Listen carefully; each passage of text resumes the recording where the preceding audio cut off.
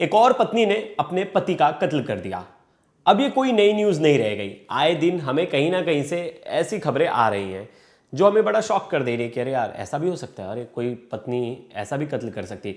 तो उसमें से ही एक ये इंदौर का मामला है, जहां आप अगर उसकी पत्नी के करतूत सुनेंगे और उसके बॉयफ्रेंड की करतूत सुनेंगे तो आप भी बोलेंगे बाप रे, क्या कोई पत्नी ऐसा भी कर सकती है।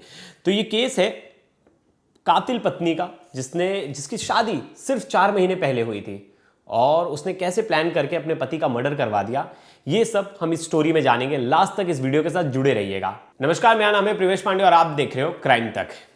इंदौर का इच्छापुर हाईवे, उसी रास्ते के बीच में एक आईटीआई कॉलेज पड़ता है। आईटीआई कॉलेज के पास 13 अप्रैल को एक डेड बॉडी मिलती है। पुलिस उस डेड बॉडी की शिनाख्त करती है तो पता चलता है कि ये जो बंदा है वो राहुल नाम का शख्स है और सूरजपुर का रहने वाला है। और उसके बारे में और इन्फॉर्मेशन पुलिस निकालती है तो पता चलता है कि वो शादीशुदा है, लेकिन उसकी पत्नी गायब है। पुलिस बोलती है अरे उसके पत्नी का फ़ोन नहीं लग रहा, उसके पत्नी का कोई पता नहीं। उसके घर वालों से कांटेक्ट किया जाता है तो उसके घर वाले बोलते हैं कि हमें तो बोल कर गया था अपनी पत्नी के साथ जा रहा है, लेकिन वो दूसरे दिन लौटा नहीं। मतलब 12 तारीख को ये निकला था, 13 तारीख की इसकी डेड बॉडी मिली और घर वाले को लग रहा था कि ये अपनी पत्नी के साथ है, लेकिन किसी को भी इसके बारे में पता नहीं था। जब पुलिस इसके बारे में और छानबीन करना शुरू की, घर वालों से पूछताछ की, क्योंकि उसकी डेड बॉडी मिली थी और खून से इतनी ज़्यादा लथपथ थी, उसकी बॉडी पे इतने ज़्यादा जख्म थे कि बॉडी पहचानना भी बड़ा मुश्किल हो गया था पुलिस के लिए पहले तो। लेकिन उसके पास एक पर्स था, उस पर्स में उसका आईडी प्रूफ था। अब पुलिस के लिए चैलेंज बन गया कि भाई औरत भी गायब है जो पत्नी है और उसका भी नंबर नहीं लग रहा। तो पुलिस को लगा कहीं पत्नी को भी तो नहीं मार दिया किसी ने। तो पुलिस आसपास छानबीन करने लगी, सीसीटीवी खंगालने लगी। तो एक जगह सीसीटीवी पुलिस को दिखता है जो शहर के पास होता है, उसमें वो दोनों नज़र आते। तो पुलिस इतना कंफर्म हो जाती ये दोनों यहाँ तो साथ थे, लेकिन इसके बीच में ऐसा कुछ हुआ है, ऐसी कोई वारदात हुई है कि जिसमें शायद पत्नी की भी जान गई हो। तो पुलिस और ज़्यादा इन्वेस्टिगेशन शुरू कर देती है। तो पुलिस को पता चलता है कि पत्नी का नंबर जब जिस टाइम पे हत्या हुई है, पुलिस एक पोस्टमार्टम रिपोर्ट से एक अनुमान लगाती है कि कितने टाइम से कितने पीरियड के बीच में ये हत्या हुई होगी। तो उस टाइम के बीच में पुलिस को ऐसा पता चलता है कि ये लड़की जो है, उसकी पत्नी, इसका फ़ोन चालू था और उसने बीच में 2 बार phone switch on switch off किया। तो मतलब ये उसका फ़ोन कोई यूज़ कर रहा था। पुलिस यहीं से कड़ी निकालती है और पुलिस उस नंबर को ट्रेस करती है जिस नंबर से पत्नी ने आखिरी बार कॉल किया है, क्योंकि लड़की अभी तक गायब है। जब वो लड़की के बारे में पता लगाया जाता है तो वो पता चलता है कि एक युवराज नाम का लड़का था, उससे वो लड़की बात करती थी, इसकी पत्नी, और उससे 3 बार इसने कॉल किया था, 1 बार वीडियो कॉल था। अब इन सब के बीच में, स्टोरी के बीच में जो वीडियो कॉल है, ये मेन कैरेक्टर बनेगा आने वाली स्टोरी में। अभी जब हम आगे स्टोरी में बढ़ेंगे तो पुलिस को शक होता है कि कुछ तो गड़बड़ है। पुलिस जब युवराज को फ़ोन करती है तो उसका नंबर भी स्विच ऑफ। फिर पुलिस पता निकालती है, दिखती है कि जब उनका कॉल रिकॉर्ड्स देखा जाता है, जब सीडीआर निकालती है पुलिस, तो पता चलता है ये तो युवराज से पिछले 1.5 साल से बात करती आ रही है, बहुत लंबा रिकॉर्ड है। तो पुलिस को शक होता है कहीं ना कहीं युवराज वो शख्स है जिसका इस लड़की के साथ चक्कर चल रहा है, या कुछ तो है ये दोनों के बीच में। पुलिस को शक गहराता है, पुलिस इसके घर पे पहुंचती है, इन्वेस्टिगेशन करने लगती है। फिर पुलिस को एक क्लू मिलता है कि ये लोग उज्जैन में हैं। इनके जो पुलिस के टिपर्स होते हैं वो पुलिस को टिप करते हैं कि ये लोग उज्जैन चले गए इंदौर से ट्रेन पकड़ के। पुलिस उज्जैन पहुंचती और वहाँ से युवराज ने 2 नंबर पर कॉल किया होता है, अलग नंबर पर। वो 2 कौन थे शख्स, पुलिस उन्हें पकड़ लाती है। तो पता चलता है ये दोनों वही शख्स थे जिसने राहुल की हत्या की, यानी उस लड़की के पति की हत्या की। और उसे गुप्ती, पता है आपको, बर्फ़ तोड़ते हुए जो गुप्ती होती है, आगे से चौखीली सी होती है, उससे मारते कम से कम 36 बार। मतलब उसके शरीर में हर जगह गोद दिए होते। और उसके सर पर जब वो पुलिस इन्वेस्टिगेशन करती है, पूछती कि और कौन शामिल था, तो वो दोनों जो कातिल होते हैं वो एक चीज़ जो बताते हैं वो बड़ी शॉकिंग होती है। वो बोलते हैं कि बियर की बोतल पास में पड़ी थी, बियर की बोतल फोड़ा उसकी पत्नी ने और उसकी पत्नी ने उसके सर पे दे मारा।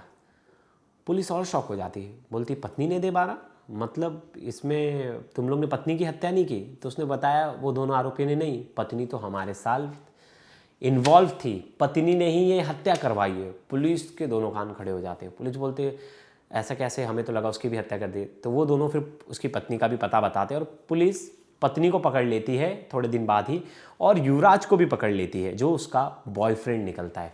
अब पत्नी युवराज को और जब उसको पकड़ लेती है उस लड़की को, तो दोनों को बिठा के फिर पूछताछ करते हैं। तो जो पत्नी हो बड़ा ही शॉकिंग फैक्टर बताती है कि क्यों इन लोग ने राहुल की हत्या करवाई, जिससे इसकी 4 महीने पहले शादी हुई थी। तो उसने बताया कि इसका युवराज बॉयफ्रेंड था और 1.5 साल से इसका बॉयफ्रेंड था, और इसके बारे में घर वालों को पता चल गई थी कि इन दोनों का अफेयर चल रहा है। तो घर वालों ने प्रेशर करके मेरी शादी करवा दी राहुल से। मैंने शादी भी कर ली और मेरी बातचीत युवराज से चल रही थी। अब हम दोनों को एक दूसरे से जो दूरी थी वो खल रही थी, और हमने प्लान किया कि हमें राहुल को रास्ते से कैसे भी हटाना है। राहुल वैसे बहुत अच्छा लड़का था, लेकिन अब उसकी मेरे से शादी करा दी गई थी। मैं राहुल के साथ नहीं रहना चाहती थी, और मैं वापस घर भी नहीं जा सकती थी क्योंकि घर वाले मेरी नहीं सुन रहे थे और घर वाले मुझे वापस ससुराल भेज देते। मेरे पास कोई ऑप्शन नहीं बचा था। मैंने सोचा कि कैसे भी मुझे राहुल को अपने रास्ते से हटाना है। तो उसने युवराज के साथ प्लान किया। युवराज के 2 दोस्त होते हैं, एक दोस्त उसका नाबालिग होता है और एक दोस्त जो होता है वो बालिग होता है। ये दोनों के साथ वो प्लान बनाता है कि कैसे मर्डर करना है।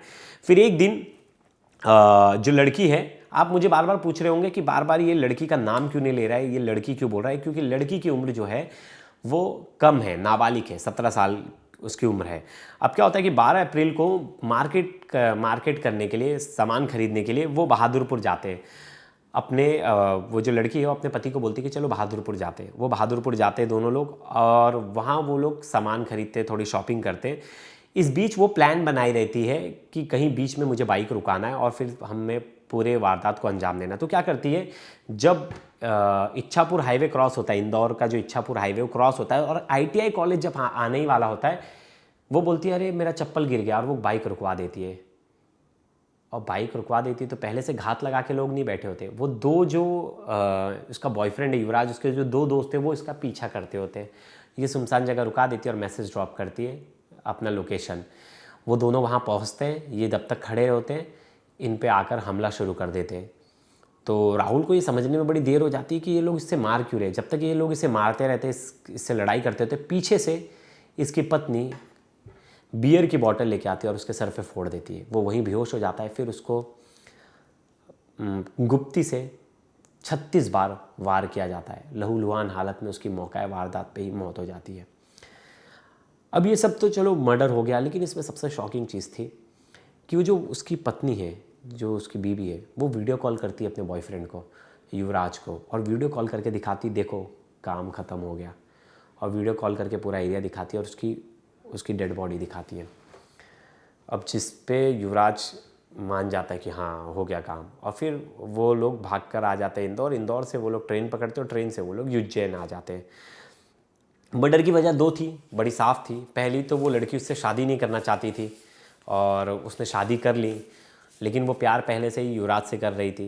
राहुल उसकी लाइफ में आ गया, घर वालों का प्रेशर और बहुत सारी चीज़ें थी, लेकिन उसे राहुल के साथ रहना नहीं था, तो उसने ये क्राइम का रास्ता चुना। इसलिए मैं बहुत बार कहता हूँ कि घर वालों को भी समझने की ज़रूरत है कि बच्चों की इच्छा क्या है। क्या बच्चे कुछ ऐसा ना कर लें कि आपने उनकी मंजूरी के बिना आप कुछ फ़ैसले ले लिए, लेकिन आप फिर वही क्वेश्चन करोगे। मुस्कान के केस में तो दोनों ने अपनी इच्छा के अनुसार ही शादी किया था, उसमें क्या हो गया।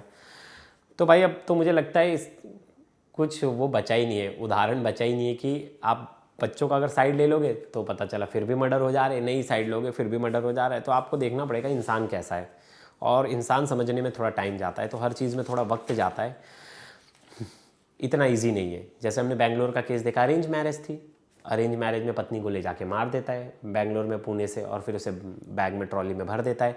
फिर हमने कल एक केस देखा वो भी साउथ से था, उसमें भी यही होता है। आंध्र प्रदेश का केस था, उसमें अपनी 8 महीने की प्रेग्नेंट बीवी को मार देता है, जिससे उसने 4 साल पहले लव मैरिज किया था।